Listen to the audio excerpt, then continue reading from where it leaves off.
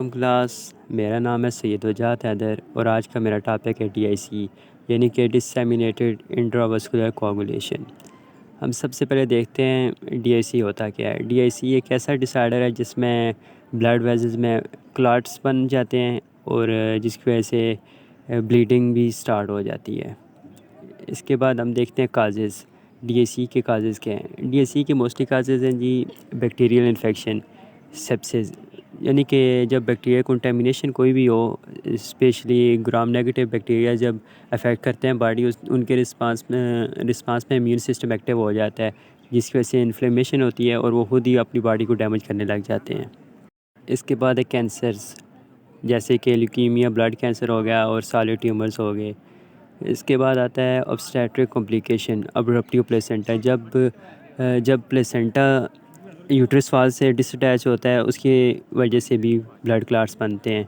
और amniotic fluid embolism, जिसमें amniotic fluid embolism में ऐसा होता है कि जब फीटस ड्यूरिंग बर्थ, फीटस का जो फ्लूइड्स होता है वो मदर के ब्लड के साथ रिएक्ट करता है, तो उसके नतीजे में क्लॉट्स बनते हैं। इसके बाद ट्रॉमा एंड बर्न, इसकी वजह से भी ब्लड क्लॉट्स बनते हैं।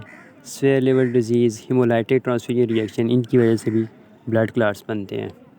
नेक्स्ट हम देखते हैं जी पैथोफिजियोलॉजी।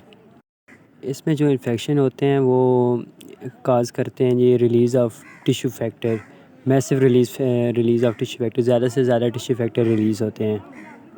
इसके बाद एक्टिवेशन ऑफ कोगुलेशन कास्केड, जब कोगुलेशन कास्केड भी एक्टिवेट होता है तो ब्लड क्लॉट्स बनते हैं।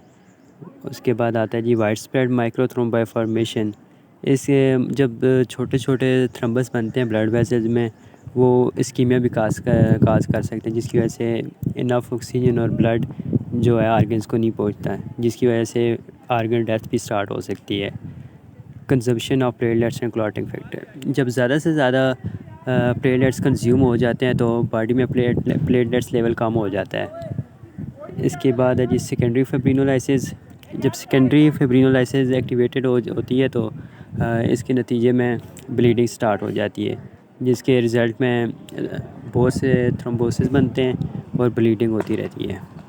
अब हम देखते हैं क्लिनिकल फ़ीचर्स में ब्लीडिंग आता है सबसे पहले। जब किसी भी आईवी साइड से ब्लड रिलीज़ होता है, वो क्लिनिकल फ़ीचर्स में आता है।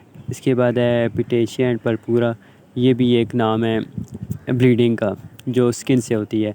उसके बाद हीमटयूरिया, ये प्रेजेंट होता है जब यूरिया में ब्लीडिंग होने लगती है तो उसको कहते हैं हीमटयूरिया। उसके बाद GI ब्लीडिंग, जब GI ट्रैक में ब्लीडिंग हो तो वो GI ब्लीडिंग होती है। आगे थ्रोम्बोसिस की वजह से डिजिटल स्कीमिया हो सकता है, रीनल फेलियर हो सकता है और पल्मोनरी लंग्स में भी ब्लड क्लॉट्स बन सकते हैं। अब इसके सिस्टमेटिक इफ़ेक्ट्स क्या होंगे।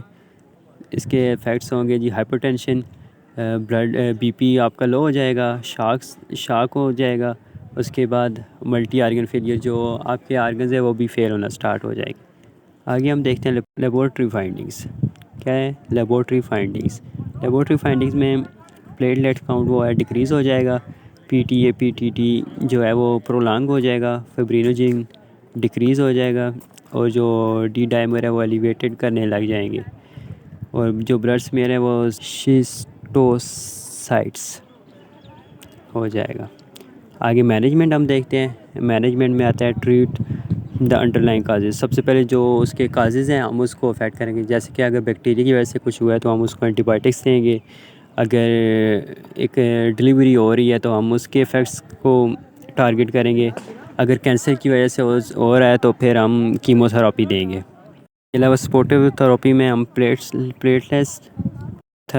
प्लेटलेट्स लगाएंगे और जो फ्रेश फ्रोज़न प्लाज्मा होता है जो लेबॉर्ट्री में बनाया जाता है उसको हम लगाएंगे।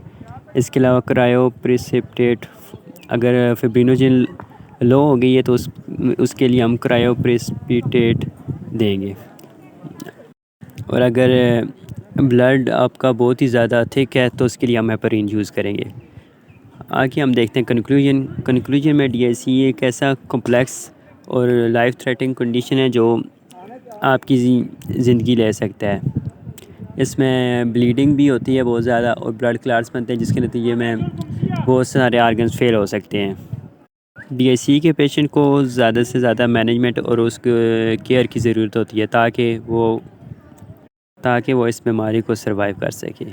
आपका बहुत बहुत शुक्रिया, सब लोगों का शुक्रिया जिन्होंने मेरी ये लेक्चर सुना।